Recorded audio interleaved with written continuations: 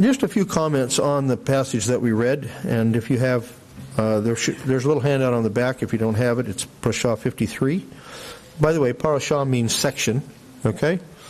So, one of the things that struck me some years ago, and I know I've taught this before, but some of you may not have heard it or may have forgotten it, and that is, where did we get the word Passover? It goes back to early English translations. It may have been Wycliffe, it may have been Tyndale, but at any rate, when they were trying to decide the best English to translate, the Greek and the Hebrew, they looked at the verb pasach in the Hebrew, and they said it means to skip. It means when okay, first of all, let's just remind ourselves, because we just read it, there's the destroyer. Who's the destroyer? Is it the angel of the Lord? But it says in our text, Yod He Vav He says, I will go through the land and I will destroy. I will destroy. Some would say, well, he did it through the angel. It's kind of interesting, though. Permissive. Pardon me? Permissive. No, he said that he would slay the Egyptians. This is why the Haftarah that we have was chosen by, well, in more ancient times, was chosen because God's making the same promise again to Israel that he will destroy Nebuchadnezzar, just as he destroyed Egypt. So, what does it really mean? There are two words for Passover in Exodus 12. One is the word avar. This term is found in verses 12 and 23. In both cases, Adonai is the subject of the verb. Adonai is the one who passes through or passes over the land. But the second one is pasach. The definition of this verb, however, is not universally agreed upon. The verb and a corresponding noun are found 73 times in the Tanakh, but only 20 times outside of the Torah, so mostly in the Torah. Early Christian translations, as I said, interpreted it under the influence of the definition of the verb to a great extent. This interpretation considered Yod He Vav He to be the one who either destroyed the Egyptians or spared the Israelites. In other words, he either destroyed or skipped or passed over the Israelite houses, as long as they had blood on the door, right? One other text seems to support this definition of skip over. 1 Kings 18:21, how long will you waver between two opinions? That's the same word. It's Pesach, from which we get Pesach. These words in the mouth of Eliyahu encourage the people to put their complete faith in God and Him alone, and not to give any allegiance to the pagan god Baal. The lexicons consider the possibility that the verb Pesach may have a base meaning of limp or to be lame. From this comes the idea of to waver or to wobble, and thus the current translations of 1 Kings 18:21. But the word translated opinions is from a cluster of Hebrew nouns all based on the root sa'af, which most likely means branches, or even the Y of a branch. So I've given you some references there, and you can look those up at your leisure.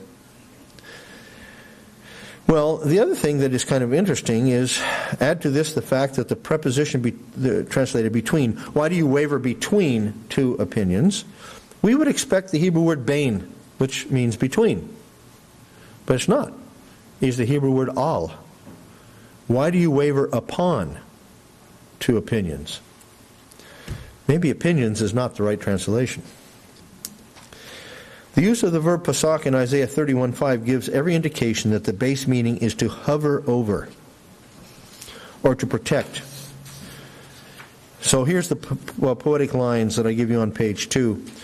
Like flying birds, so Adonai of hosts will protect Jerusalem. He will protect and deliver. He will pasach and rescue. So in the parallelism, do you see what's parallel to protect? Pasach. What's parallel to deliver? To rescue. So here, the term obviously means to hover over or to protect. This is what a mother bird does for her young. Have you ever seen this? I remember back when I was in high school, I guess, well, a friend of mine and I, he lived over in Spokane. We both lived in Spokane, but he lived very close to Minnehaha Park. Anybody ever been there? Minnehaha Park? Okay. And there's mountains right behind it, and we would go up the mountains, and we would that would be a safe place for us to use our slingshots. And we had slingshots, and we would pick a rock out, or we would pick a tree out and say, hit that tree, whatever. And while we were doing that, we saw a mother bird up in the tree. I don't know what kind of bird, but anyway, she was bringing food to her young. And you could see she would put it in their mouth, whatever. And we thought, let's get a closer look. Let's get a closer look at this. So we climbed up the tree, and the closer we got, when this mother bird came back, she was very nervous. And she would fly by us real close and then fly away and fly real close. But we kept going because we wanted to see how many little birds were in the nest. We got up there close to it, and you know what she was doing? She came over the nest, and she just hovered, and she would land, and she would hover and land like she's protecting them. You've probably seen this, in videos of an eagle that's, over the nest. So, according to Deuteronomy 32:11, that's what a mother bird does for her young. Now we translate 1 Kings 18:20 like this: Why do you hover over two branches? That is, how long will you go on hovering like a bird fluttering over two branches? Land already.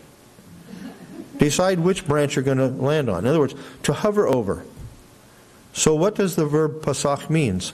It means to hover over the house for protection. It doesn't mean to skip. It means to stay there and protect, just like a mother bird would over her young, if there's a predator close by. So then we ask the question, who's the destroyer? In verses 12 and 23, Adonai is clearly the one who does this destroying of the firstborn. So if we look at verse 12, this is, our Exodus 12, verse 12. I believe that's right. Hope it's right. He says, For I will go through the land, Yod-Heh-Vav-Heh is speaking, I will go through the land of Egypt on that night, and I will strike down all the firstborn of the land of Egypt, both man and beast, and against all the gods of Egypt I will execute judgments. I am the Lord. I will strike down. When we come to verse 23, it says, For the Lord will pass through to smite the Egyptians, and when he sees the blood on the lintel and on the two doorposts, the Lord will pass over the door and will not allow the destroyer to come into your houses to smite you. The destroyer? Is the destroyer, who is it?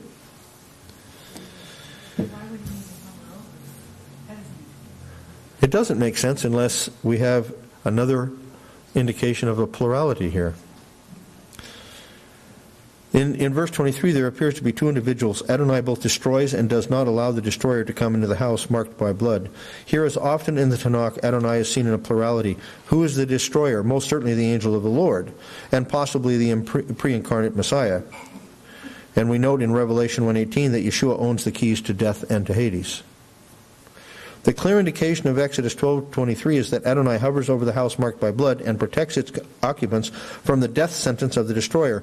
In this, the picture of redemption is made known. God is both the destroyer and the protector of those he has chosen not to be destroyed.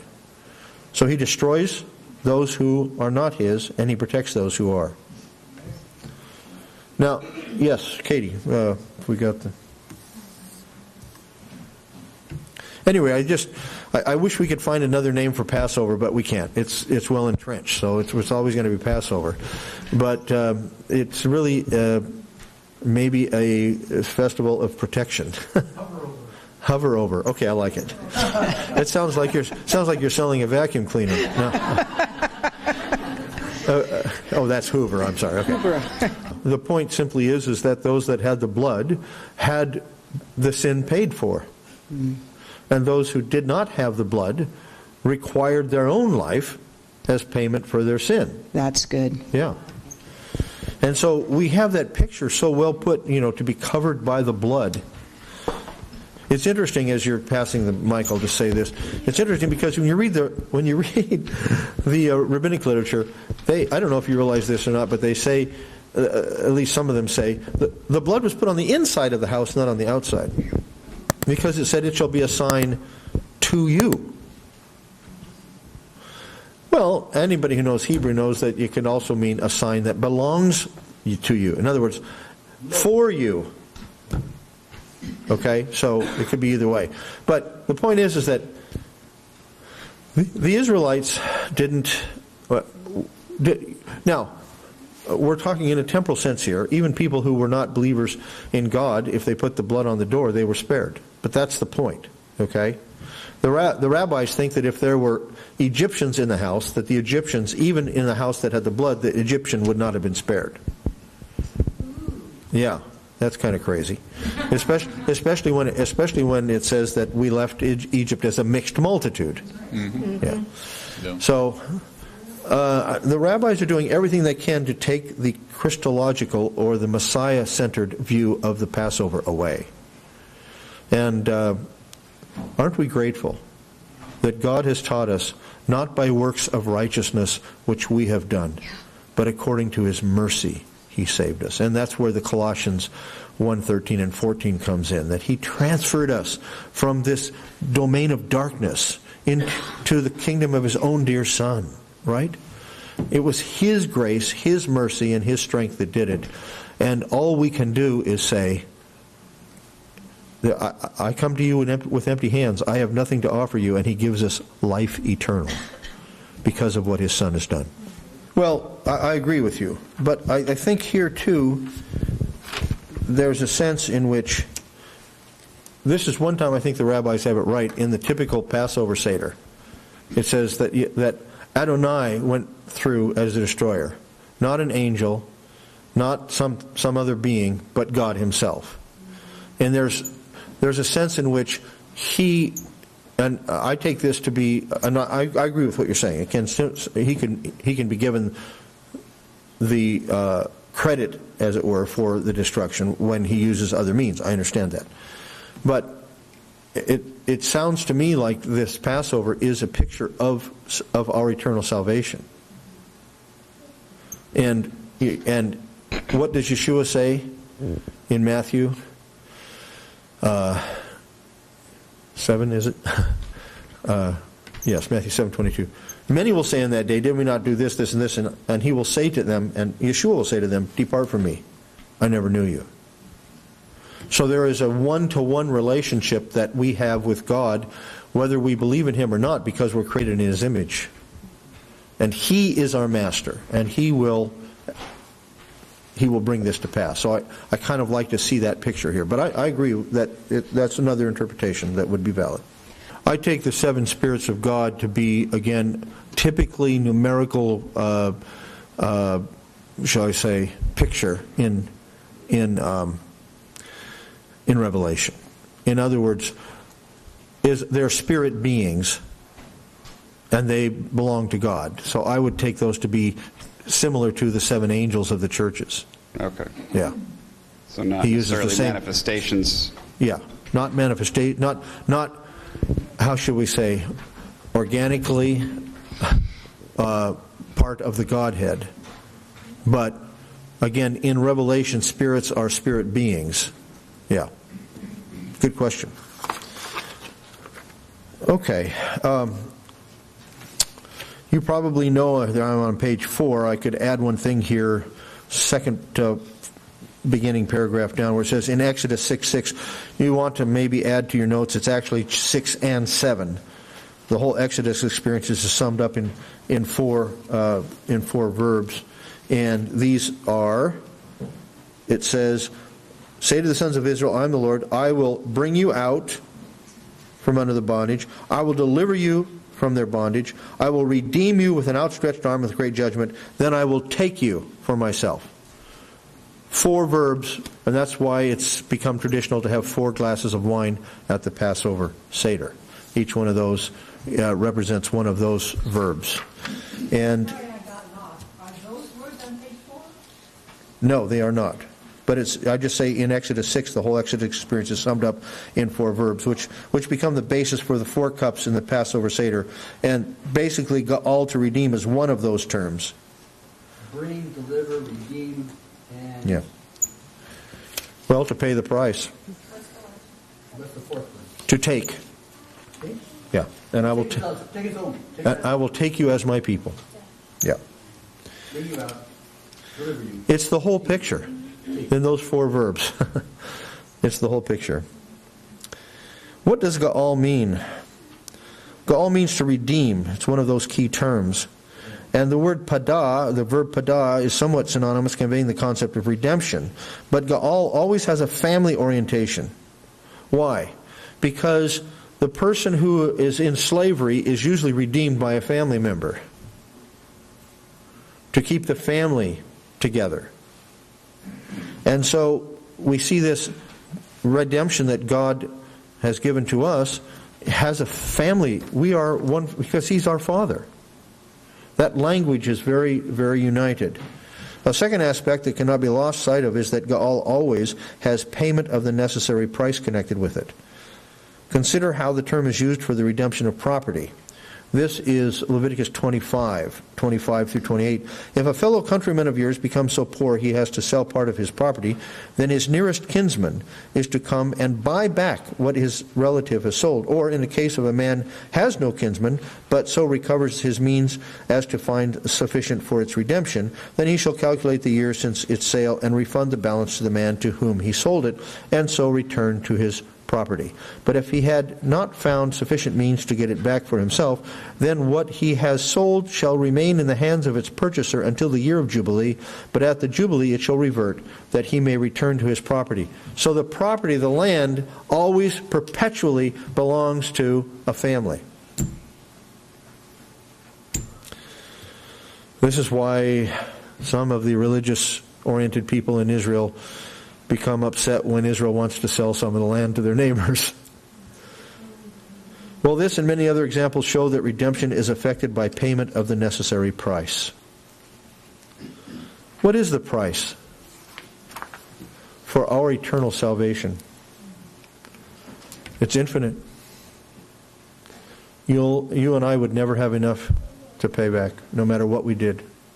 Even if we gave our life in service, it's not enough. This is why to think that there's salvation in any other way than in Yeshua is contrary to the whole picture of the Bible. And this is things we've been over before, but what is the picture of leaven? I'll just kind of explain this. We think of leaven as a picture of sin. And it's used that way at times. You know, the leaven of the Pharisees, right? Beware of the leaven of the Pharisees. What is the leaven of the Pharisees, by the way? Hypocrisy, right? The sin of hypocrisy. You know, they show when they're out in public, they make their tzitzit really long and their tefillin are big, and they say, "Look at me, how holy I am." And then when nobody's watching, they're doing the things that no one would think they would do. Wickedness, right? But in the Passover story, what is leaven really indicating? Taste. Right. Leaven is the opposite of trusting God. In other words, he says, when it's time to go, you must go. And I can hear Mrs. Leibowitz saying, "But wait a minute, my bread needs to raise." You see, that point is no, when God says, do it now, then you do it, and you leave everything else into His hands. If you waited, if you said, I'll come tomorrow, it's not going to work. If you're in Egypt, you have to leave when God has made the way. There's some of that goes on not in an eternal way, but in a temporal way in our own lives. Does God prompt us to do something now, and we say, I'll do it later? And maybe later is not going to work. Maybe you lose the opportunity. That's why it's always, I think, important to do our level best to be in tune with what the Spirit is moving us. You know, there's been times when I've been prompted, I think, to talk to somebody about their eternal salvation, and I thought, well, is this the right time? If you're prompted to, it probably is. If it's really of the Spirit, it's the right time. And there has to be wisdom. There has to be wisdom, obviously. We have to be careful that we don't speak out of turn or speak at the wrong time. But even to do something, say, I'll put it off. And then I don't know, I've done this before in my life where I put something off and then the opportunity is no longer there. And you think, wow. So taking the leaven out of our lives is being willing to walk by according to His Spirit and to be led by His Spirit. That, I know it's different for different people, different ways that the Spirit leads us. There's no formula for this. But the primary formula is don't have anything in our lives which quench the Spirit. Get those things away from us. That's part of the time of rejoicing, isn't it? That we come with hearts of rejoicing for what He's done for us, and a recommitment, a renewal of our commitment to Him. And we do this individually, we do this as a families, we do this as a community. And we're at a point where we need that. Say, yes, Lord, this is where you have me, this is where you want me. I'm going to serve, and I'm going to serve as unto you, and to serve your people in whatever way